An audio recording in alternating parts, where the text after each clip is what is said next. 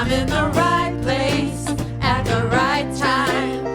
I am just where I'm meant to be in the right. I'm in the right place at the right time. I am just where I'm meant to be. I'm in the right place at the right time. I am just where I'm meant to be. Oh, my soul is welcome here. Oh, my soul is welcome here.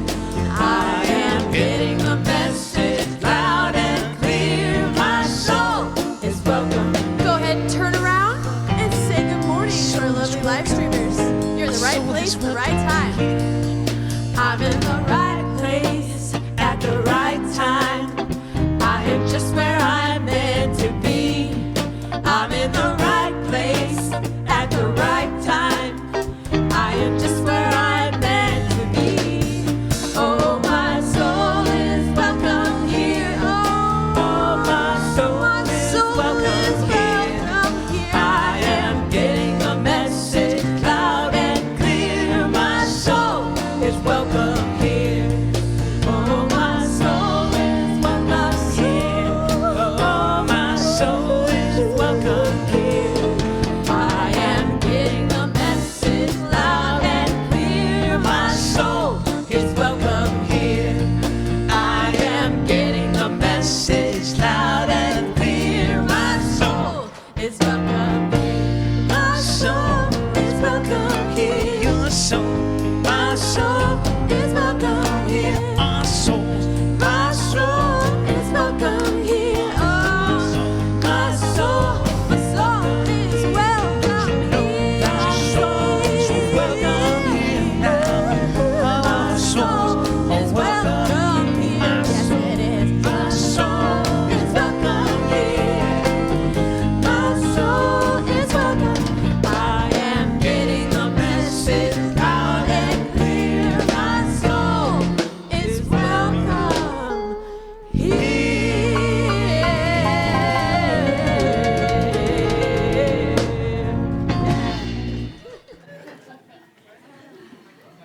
Thank you. Good morning, everybody. Good morning. My name is Celia Coughlin-Surridge. You may know me as an ex-board member, and I currently work for our marketing efforts. And this is the amazing Reverend Deborah Phillips. And I am so excited we're here to listen to her today. We greet you in the name of all that is good, all that is sacred, and in the warm and loving energy of this community, Spiritual Life Center. If this is your first time with us or you're watching online, we especially welcome you because we know that you are not here by accident. You are here by divine appointment. And if you haven't checked in on Facebook yet, you're going to have to do it after the service because you need to turn off your cell phones. No cell phones, no Facebook check-in for you. No Facebook checking for you. And as we tune out the outside world for just a few moments for this next hour, we bring ourselves into this place, into our hearts, into our bodies, knowing that we have come together today in light and love and peace and joy to share with each other, to learn, to experience, to simply expand our consciousness, and perhaps in ways that we don't even expect at the moment. And so we are so very, very grateful for this opportunity to be here today. Thank you, God. And then, as we have been doing for some time, we have our 5 unity principles, and reciting these every week help us get them more integrated into our hearts and our minds, as well as giving us a way to explain to other people what we do at this very unusual church. I didn't use the word weirdo. So let us say these together. God is absolute good and everywhere present. People are inherently good. Thoughts create our experiences. Prayer and meditation are how we connect with God. We must take action. See, I thought you were going to say we were a community of woo-woos. We are a community of woo-woos. It's not a bad thing. And Paula has a fun picture to share with us and a message. So I was recently on a trip to Africa, and and those animals right there, apparently they know how to relax their jaw and open their throat. Their song is a little funny, but I thought it would be fun to look at that picture and inspire maybe some of you who haven't gotten the nudge yet to come and join the choir. We start rehearsals after our summer break this Tuesday at 7 o'clock, and we're going to have a little get-together potluck at 5:30 beforehand. So if you've been maybe thinking about it, we rehearse on Tuesday evenings, and we normally sing on the third Sundays of the month. So we hope you'll consider joining us. I'm sorry.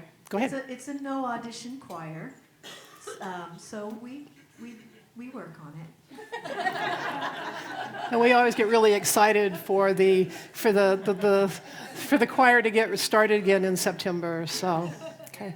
So while Wednesday this week is a kirtan, it's Journey to Awaken, and the kirtan honors the rays of the one light as expressed through chanting in Hindu, Buddhist, Christian, and Judaic traditions. The experience is an ancient. You will experience ancient cosmic chants played on traditional Indian instruments such as harmonium, tablas, and tambura. It is a group of musicians, and they will also bring us a sprinkling of contemporary soul and gospel songs as well. It is a unique blending of Eastern and Western music styles, and I think it's going to be an amazing evening, so we look forward to you being here. The salad is at 6, and the program is at 7. I can't wait. That sounds great.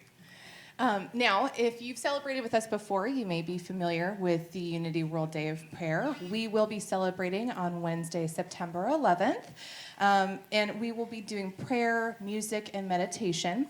We'd especially like to invite you, in your pamphlet today, you should see this blue slip.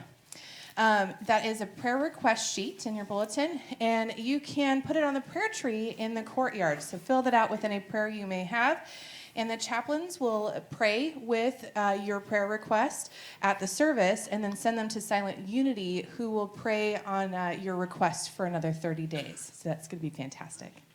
So have you ever done Faith in Action? Yes. Have you ever been a home host? No one wants to see my house. I have 5 cats. Who's been a home host or facilitator for? Okay, sign up again this year. The sign-ups are open through August 25th. It is an online sign-up. So if you are a Luddite and do not do online sign-ups, come see somebody and we will help you. If you have questions about becoming a home host or facilitator, come talk to me and I can give you all the information. There's also should be an insert in your bulletin that explains the whole thing. And then in September, we start with the participant sign-ups, which is when it gets really exciting. I'm looking forward to that too. I look forward to everything at Spiritual Life Center. Which actually, if you have missed out on your opportunity to go to the Kohaku Mystic Cafe, you may be really sad. And we actually have a wait list for those who have hope of maybe a spot opening up. So if you're really sad and depressed, go put your name on the wait list. I'm doing great today, aren't I? So at the Hub, which is also, it was previously known as the cashier's table. Now it's the Hub. The Hub. Things are changing. Get your name on that wait list. We'd love to see you. I'd like to introduce some very special people in our community with our ambassadors, board of trustees, members, and chaplains. Please stand. Our ambassadors wear their rainbow ribbons, and they are here to greet you and answer questions and help you find your way around here at SLC. And then the Board of Trustees, they wear their name badges with purple ribbons or something. That's a rainbow ribbon, I believe. Okay. And then here's a purple ribbon over here. So they are varied, and they are our guiding light, the Board of Trustees. And so if you have questions about the organization and how we work, they can certainly answer those sorts of questions. And then our chaplains. Now, our chaplains dedicate at least 1 year of their lives to praying with this community, and they are here to hold us in confidential prayer during our times of joy as well as our times of challenge. And they wear the white stoles, and a chaplain will be here in the sanctuary to pray with you, and then they will also be out in the courtyard after the service. So you can avail themselves of their services. And if you're here for the first time, in just a moment, we're going to ask you to raise your hand. But for now, we would really like to share with you some of the opportunities we have for you to get connected. You may find a welcome card at the back of the chairs. We're going to pass one out to you as well. If you could fill that out and drop that either in the offering basket or take it directly to the welcome table. If you take it to the welcome table, you get a freebie, little gift there. But there will be a very warm welcome for you, and we'd love to see you. So if you're here for the very first time, please raise your hand and keep it up so that our ushers can bring you the purple ribbon. Now, this purple ribbon, we ask you to wear it over your heart so that we can recognize you as a newcomer and greet you, as we will now greet each other by standing and saying, as James says, you are marvelous.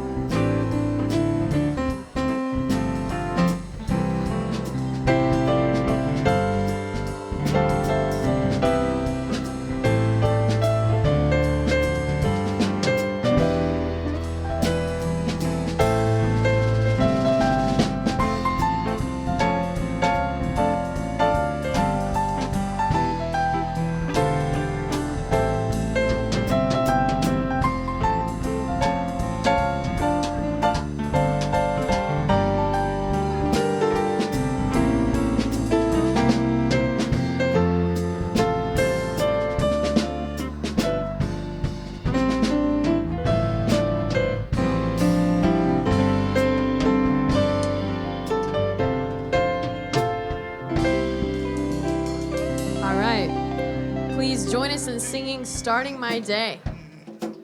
You have to start your day with love, right? And peace and joy. Yeah. That's what I do.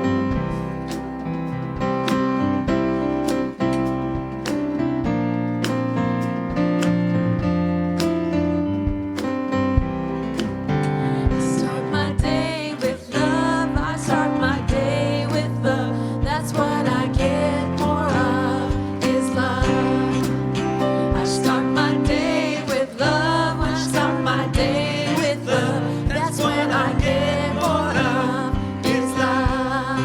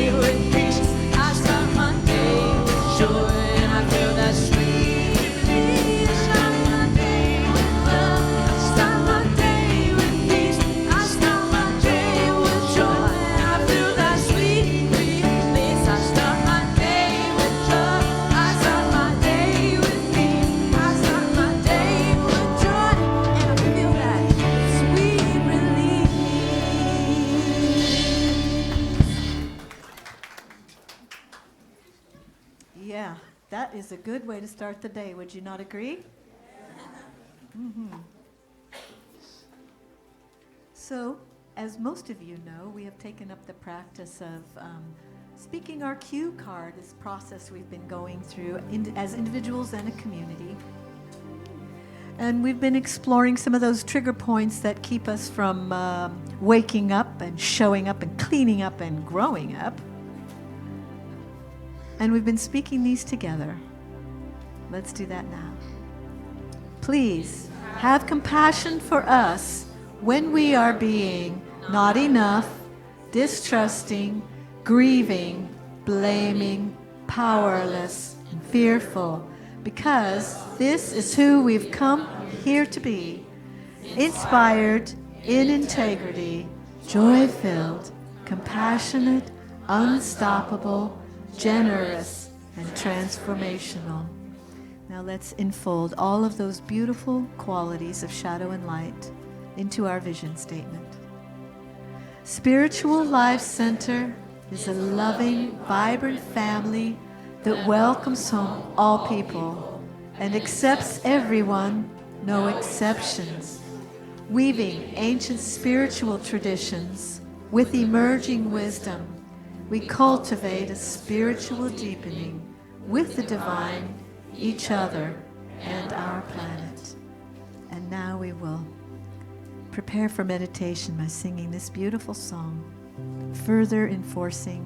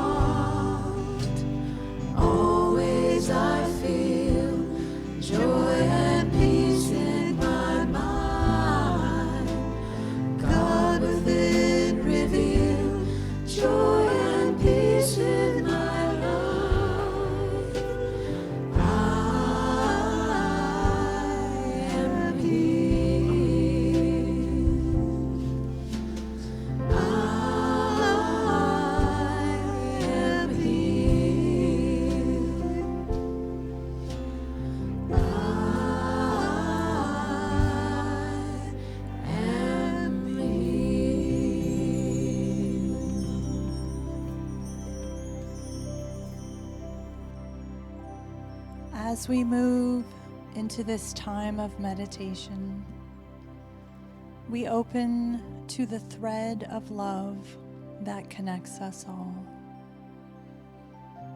With joy and peace in our hearts, we live as God. I invite you now to settle in. Breathe deeply and become comfortable right where you are. Relaxing. Scan your physical body for any tension or discomfort.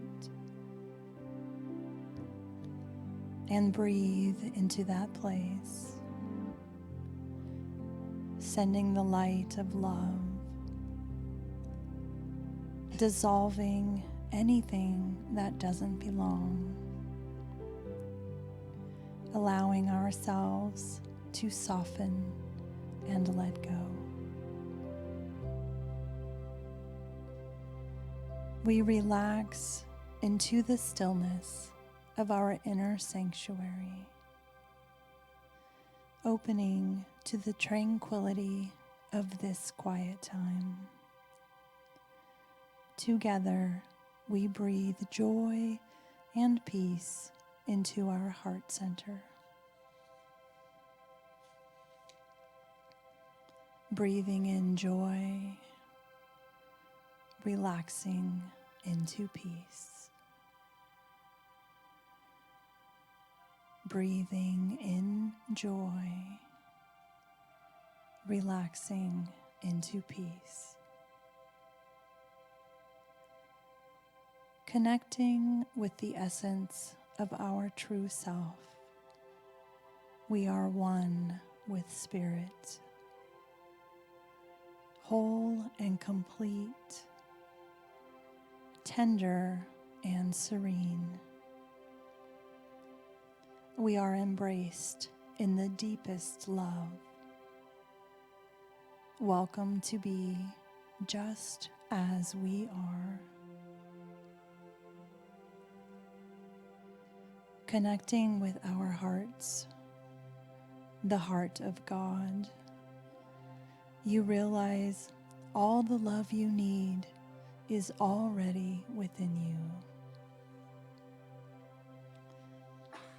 Open to this love, trusting your heart, living in God's love. We are filled with clarity. We see our limiting beliefs as just that, false thoughts that we have held onto. With grace and ease, we let them go, offering forgiveness for ourselves and others. As we let go, we create space for what is true. Following our intuition, we are filled with a deep knowing, a knowing that guides us, pulling us forward into our greatest good. We are wise and compassionate, knowing what is right for us. And in this knowing, we see our greatest good and know it is also right for our planet. What lifts and sustains us is a blessing to all. Living from our heart center, we are led by love. As we spend time in the silence, follow your heart and see where it leads.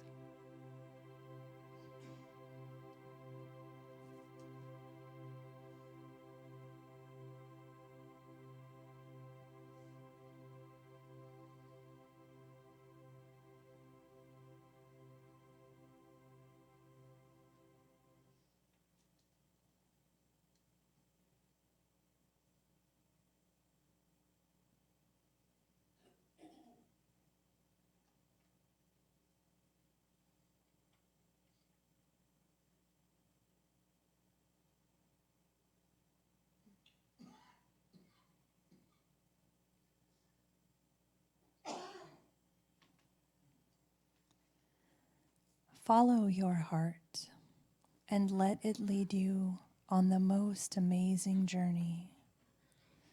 You are the love of God, expressing in a beautiful and magnificent way. And as we gently come back into this space and this time, we breathe together, becoming aware of our surroundings, opening our eyes, opening into this moment. we live in the heart of God's love. And so it is.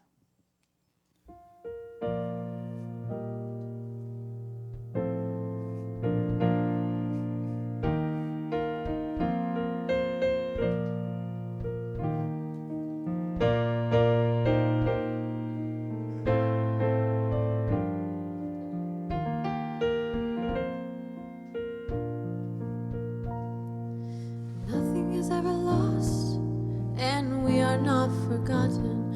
We are living in the heart of God. Nothing is ever lost, and we are not forgotten. We are living in the heart of God. We are living, we are living, we are living in the heart of God. We are living, we are living, we are living in the heart of God. Morning sun comes through the trees, and the green leaves shimmer in the summer breeze. Songbirds sing into the honeybees, living in the heart of God. We are living, we are living, we are living in the heart of God.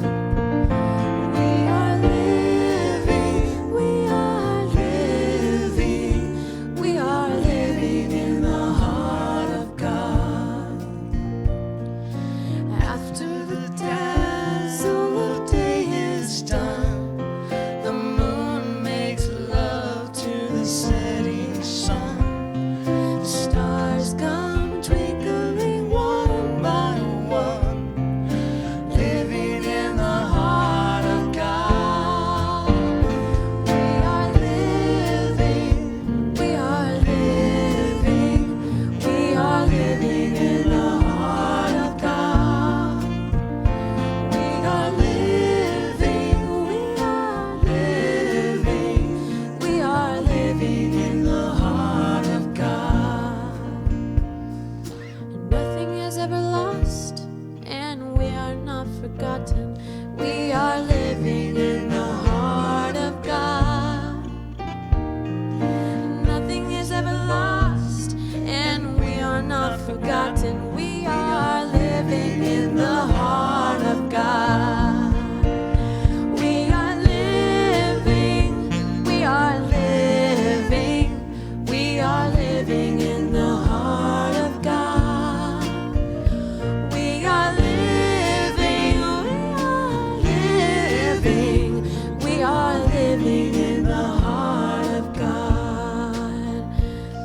We sleep in dreams both deep and bright, sailing through the velvet night, refreshing the soul to the spirit's delight, living in the heart of God.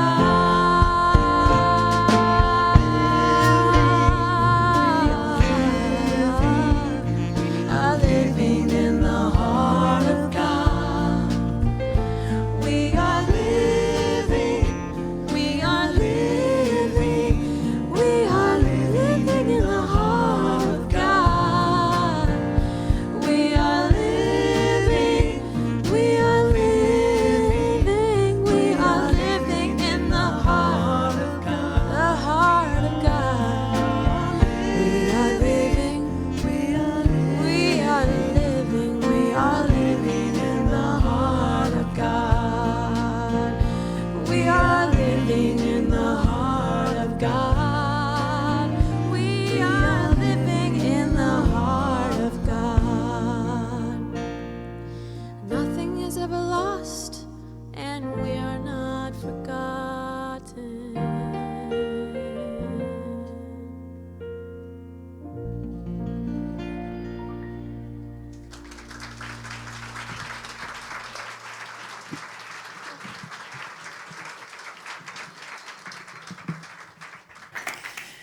It is such an honor to be on the platform with such talented musicians and gifted people. And I have been told that I especially need to mention the bass player and the drummer. Not enough for us all to go to lunch, though. All right, so enough with the frivolity. Let's get really serious here. So a few weeks ago in my Thursday morning group, we did an exercise that I had learned about years ago. And the exercise was think about a children's story or fairy tale that you heard when you were a kid, and then pick the character that you related to the most. And then go, to think about how that reflected what was going on in your life. Mine was the white rabbit who could never keep up with anything. But anyway, so it was a really interesting experience. It's really so fascinating to hear people's stories and how they relate to those stories and what was going on. And then the most interesting part is the people who were not read to as children, or they come from different cultures, so our white European-centric fairy tales really didn't mean much to them.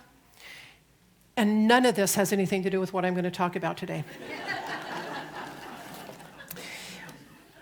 But I bring it up because I am going to talk a little bit about one story, and there is possible that there are people who are not familiar with or don't relate to The Wizard of Oz.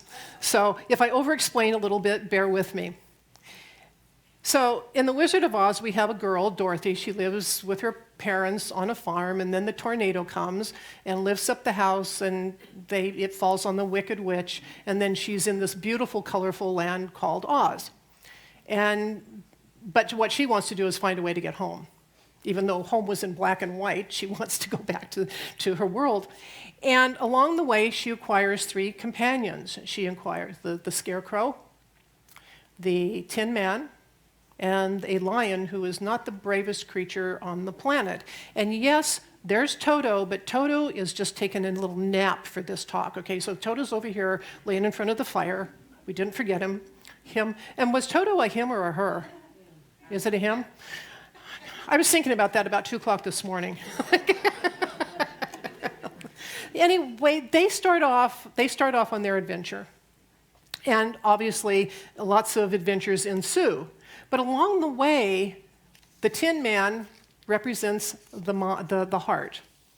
And the Scarecrow represents the mind. And along the way, they have this conversation. Dorothy's out trying to figure out what's going on. And there's this conversation about what's more important, which is superior, the mind or the heart, which is better. And Dorothy is walking along with these companions, hearing this debate, and not quite being able to get up her courage to make a decision and choose one. And so the whole story is about how we decide between the heart and the mind. And the truth is that we often give the brain much more credit than we do the heart, right? We're pretty mental people. And besides the fact that both of them are necessary for keeping us alive, the question really becomes, which is more important? And conventional thinking always tells us that it is the mind. The brain. The brain is the one giving all of the directions, all of the instructions. The brain tells the heart to beat. The brain tells the lungs to breathe. The brain tells everything. And we talk about the heart in so many different directions, but we don't really get to know our hearts that well. And it's like I was thinking, when I'm really needing comfort, where do I go? I don't go to my mind. If I go to my mind for comfort when I'm stressed out, oh my goodness, I'm just going to be more stressed out. So we need both. And we need to have a better connection or more information about our hearts. And so I want to talk about what the true nature of our heart is. Most of us, at least, were raised to think that what does the heart do? It pushes blood around. The blood goes up, pushes the blood up into our lungs, and our lungs, give it oxygen, and then the heart pushes the blood out to the rest of the body, feeds the body with oxygen, and then just keeps doing that. Well, it's much, much more than that. The heart is an electromagnetic device, basically, and it is charging us. It is not just doing the oxygen thing, it's charging us. And the more the research shows that the heart is intelligent, and it's probably actually giving out more orders than the brain is. And I could go into all that science in depth, but I'm going to refer you to a book called The Heart Math Solution. How many people are familiar with heart math? If you've done some Q work, you've heard about it a little bit. But here's one of the quotes from that book.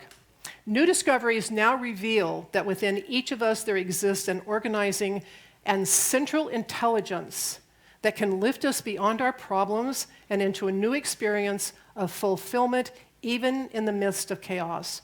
It is a high-speed, intuitive source of wisdom and clear perception, an intelligence that embraces and fosters both mental and emotional intelligence, and they call it heart intelligence. Now, there's lots of fascinating facts about the heart, but I'm going to just bring up two. One of them is that when a heart is transplanted, all of the nerve connection between the brain and the heart is severed, and it is never reconnected. So someone who has a heart transplant has no connection between brain and heart, yet it all still works. Pretty mind-blowing, isn't it? Yeah, so it all continues to work. And the other part is that our hearts emit an electromagnetic field that goes out several feet beyond our bodies. So when we walk up to somebody and we feel this wonderful feeling, that's because our energy fields are connecting. Or if we walk into a room and go, I think I need to leave right now, we're feeling that energy. It's not imaginary, and it's not super woo-woo metaphysical. It is. It's a physical and physics fact. Paula reminded me of a story between services, because there's lots of stories about people who have had heart transplants. And the story that she heard was one I had not heard before. It was a young girl had a heart transplant, and then afterwards she started having these really terrible nightmares. And they went on for a while, and finally her mother decided to do some research and find out, where did this heart come from? And it turns out that the heart came from a man who was murdered. And so they had never caught the person who had committed the murder, and somehow through this girl's dreams, they actually found the person. So this is the heart. This is the heart. This isn't the mind. There's no connection. There's no nerve connection between the brain and the heart, yet this happened. So in many ways, we give our hearts not enough credit. We expect a lot of it, but we don't necessarily give it a lot, as much credit as deserved. So it means that everything that happens to us, every experience, it not only comes in through our mind and our intellect, but it also comes into our hearts. And our hearts are responding to the world around us, just as we respond to the world. It's going both ways. So I walk out into the world and I run into someone's energy. My heart's responding to that and it's remembering. And so is my mind. So how did I get to this conversation in the first place? I keep a journal, and I'm very, very erratic journal. I'll journal for days and days and days, and then I'll put it away. And then some days it's like, I don't want to do anything, so I'll just go through the journals and see, is there anything interesting that I wrote that I totally forgot about, which happens most of the time. Yeah, and I came across an entry in which I was writing about how frustrating it is when you've had a really magical experience. In this case, it was a very specific mystical experience I had several years ago, trying to remember that, trying to get that feeling back. And I know that we don't ever get that total feeling back, but I was writing about it, and in fact, honestly, I was whining about it because I wanted to feel that. And what I wrote was, but your heart remembers. Your heart remembers everything. My heart remembers everything. So I started thinking about this, and I started playing a game with myself. And I started thinking about certain experiences with my mind, going through them mentally, looking at the stories I had going. And then I would move to my heart center, and I would ask my heart about that same experience. Now, I am probably the queen of woo-woo, and even I was amazed at what was going on because I got a completely different experience when I went to my heart. So I'm going to give you an example, and it's a little heavy, but we'll come back out of it, so hang. When I was 10 years old, my father had a near-fatal heart attack. And my mother freaked out. We lived the next 10 years with your father could die at any moment. And he did indeed have another heart attack when I was a sophomore in high school. During those years, of course, I was a teenager. I was being a teenager for most of that. My mother was having an extremely hard time coping with, she was a mess. And there was already a little power struggle, it was a big power struggle between my mom. Nobody else has ever had that, right? And so this power struggle goes, and I was thinking about what that was like and the judgments that I had, and my thinking that she should know better, and all of the different things that you lay on your parents. And then I decided to take it into my heart and see what my heart said. And my heart knew, always knew, even when I was little, even before I learned anything about what I know now, my heart knew and always knew that this woman was devastated, that she was becoming undone, and when my father died 3 days after my 21st birthday, my mother was completely undone. She had no idea how to be in the world without my father. And so my heart knew that. Now and it wasn't a matter of my taking that into my heart and doing any forgiving, because what my heart was showing me was simply the truth that it always knew. The forgiveness part had to come from my head, get out of my own story, put my story away, because my heart just completely understood where my mother was coming from. My heart totally got it. And it may be that on one level, I was really angry with her because she was so undone that she couldn't help me. So, but my heart knew better. And had I known back then to stop and go to my heart, maybe things would have been a little bit smoother between us, but I sort of doubt it. I was a teenager. Teenagers aren't very forgiving. So then I went to happy. I decided, all right, so that was a really heavy, tense time in my life. So then I was thinking about another childhood memory where I lived in northern Arizona in the mountains, and there were a lot of steep hills in the town I grew up in. And it snowed, and one Christmas Eve it was snowing, and we went to the Episcopal Church to the 11 o'clock service at 11 at night. And so my parents decided just to walk because it wasn't that far. It's a very small town. And we had this 2-person sled that they took with them. Well, we came out, and honestly, and it was one of those magical, almost TV moments where it was dark and it was silent and the snow was coming down. And I remember sitting on that sled with my father pulling the sled. And there was a moment in there where it was quiet and magical, and I was somehow with my father. And I went to my heart and asked about that, because I'm guessing that people were talking. I'm guessing it wasn't as magical as my heart remembers it. But my heart gave me that particular memory. And whenever someone asks me to go to a place, go to that place that's magical for you, I often go to that place. But my heart knew, my heart remembered. It's not always about emotion and love. It's about what our heart actually knows. I decided from playing with this, and I did some other things too, but I decided to play this that we have 2 kinds of memory. We have our mental, intellectual memory. We remember, and we have lots of stories connected with all of those memories. Every memory I can bring up in my head has a story.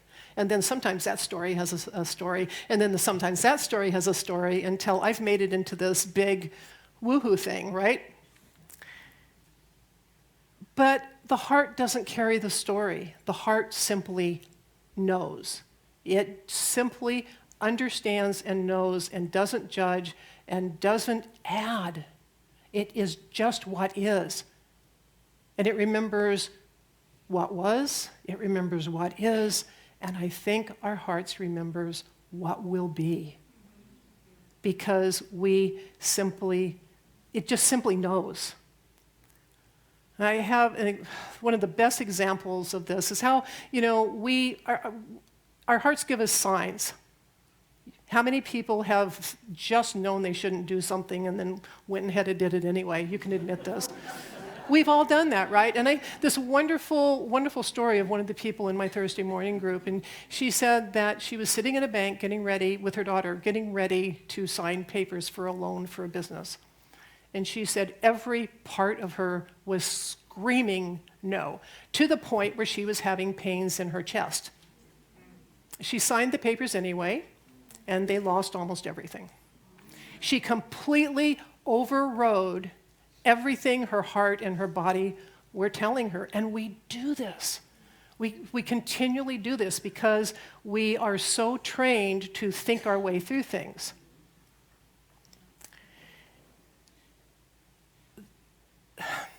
When we talk about intuition, a lot of the times, for me, somehow I still think it's information sort of just dropping in from here or from wherever.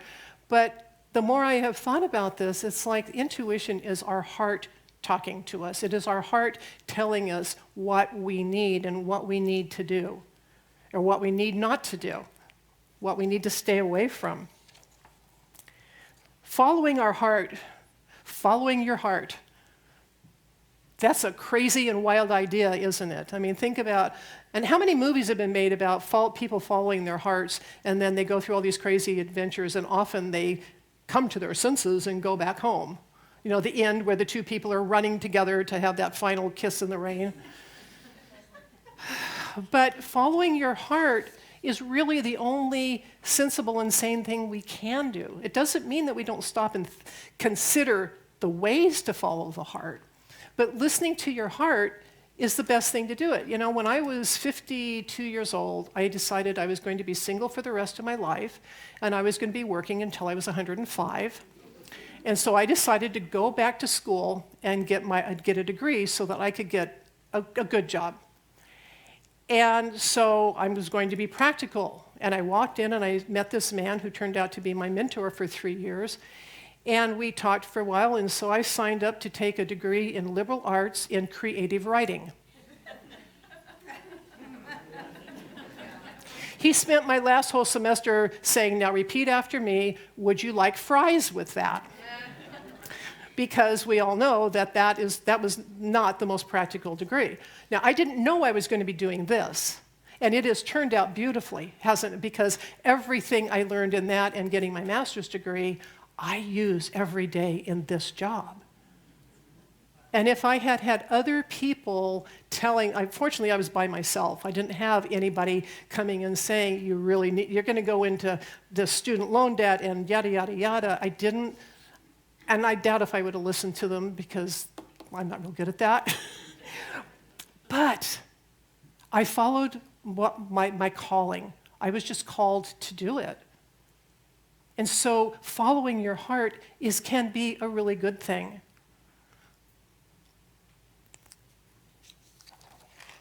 It's probably been almost a year ago now, I went in to have an ultrasound on my heart. And no, there was nothing wrong. We were just checking because I am over a certain age, and so we check these things, right? And I was laying there where I could see my heart on the monitor. Now, I had always thought of the heartbeat as when the valve opens. I don't know why, I thought it would open and close, and open and close. It doesn't do that. It goes beep, beep, beep, beep. It was the happiest little thing, just beep, beep, beep. And I just sat there and I watched it, and it just flip up, and it'd flip up, and it would flip up. And I fell in love with my heart that day. I realized that my heart is this happy being doing all this stuff for me. And it was so cool. And every once in a while, I still get this picture in my head of bing, bing, bing. And it's such a happy thing. And so in our culture, we keep working towards following our hearts, and listening to your heart, and being with your heart, and going in and having that conversation with your heart. And it can kind of sound strange to some people are like, oh yeah, I can go do that. And other people are going, really? Have an actual conversation with your heart? Yes. And the thing is your heart will answer you, so don't get weirded out because it will happen. And you might hear it, I kind of hear it as a voice, but you might experience it as sort of a compulsion to do something, a need to do something, or you might get it as a feeling. But go in and talk to your heart. Take a situation, and don't start with the really, I went with a really, really heavy one. But start with something simple and say, okay, this is how I experience this mentally. What is my heart doing with it? How does my heart see it? How does it experience it? What is it doing? And it will completely change how you see things. It doesn't mean that all your mental, all that little wagon full of stuff that's in your mind, it doesn't mean that will immediately go away, but it will give you balance. It will give you perspective. It's like, okay, this is how I see it, but this is how my heart remembers it. This is how my heart experiences it. And what the heart experiences and feels is truth. That's what's really going on, because there's no story associated with it. The heart can be sad, but it's not as sad with a story. It's sad because something sad has happened. It can be very happy. Again, happy without the story. It just is. And if anything, as we learn about how this life, this whatever we is, just is, if anything can teach us that, I think it is our hearts that can teach us that. So the truth is, we need both our minds and our hearts.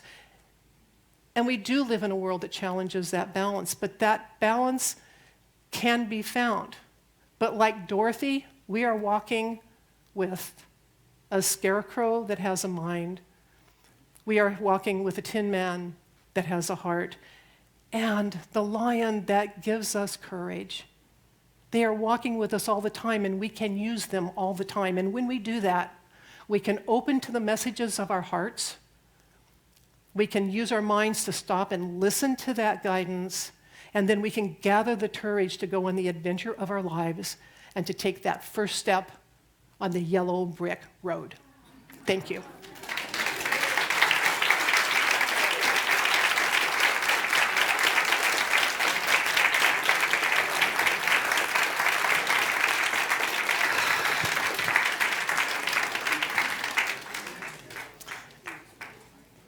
As the musicians race in, because I'm always just a little shorter than other speakers. But this does bring us to the time of the love offering, which gives us such an opportunity to express our gratitude for being able to be in such a wonderful place, and gives us the opportunity to share what we bring to this community, whether it is financial funds or our talents or our, whatever it is that we have to share. And so let us join together now with our love offering prayer. Divine love, as me, blesses and multiplies all that I am, all that I have, and all that I circulate. Thank you, God.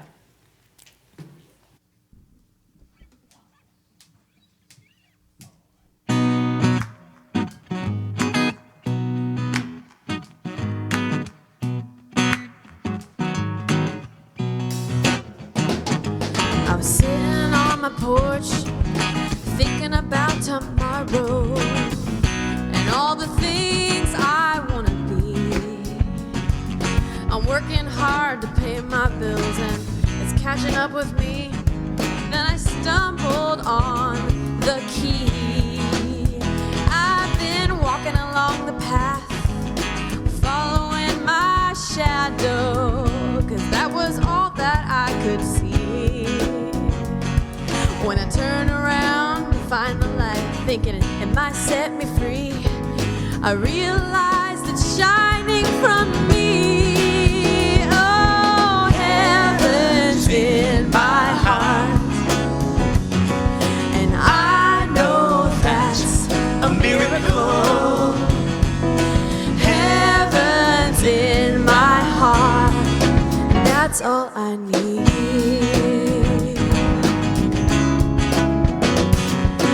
Now I know where to turn whenever I feel lonely, 'cause now I know I have a choice.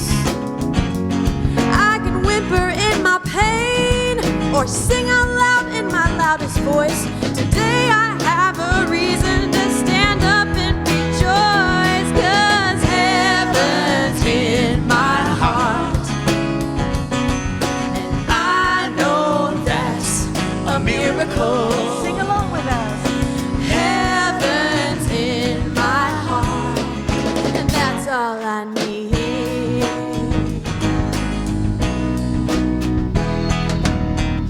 And never again will I be afraid to fly, knowing my faith will carry me back to the place where the love resides, 'cause it's right here inside, 'cause heaven's in my heart. Come on, sing along. And I know that's a miracle. Heaven's in my heart, and I know that's a miracle. Heaven's in my heart, yeah, and I know that's a miracle. Yes, it is.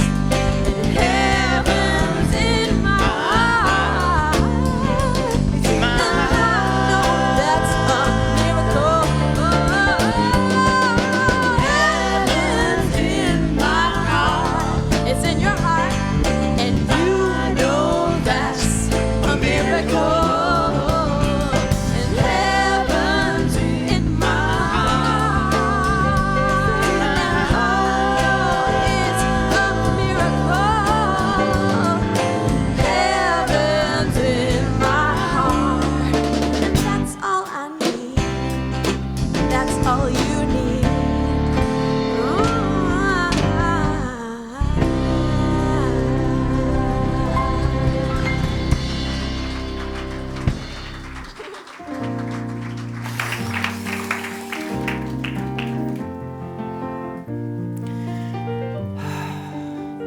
And in this moment, we thank the giver and the receiver and all of the marvelous, amazing ways of circulation that we have in this life. And so we say, thank you, God. Thank you, God. Thank you, God. Let's join in our peace song.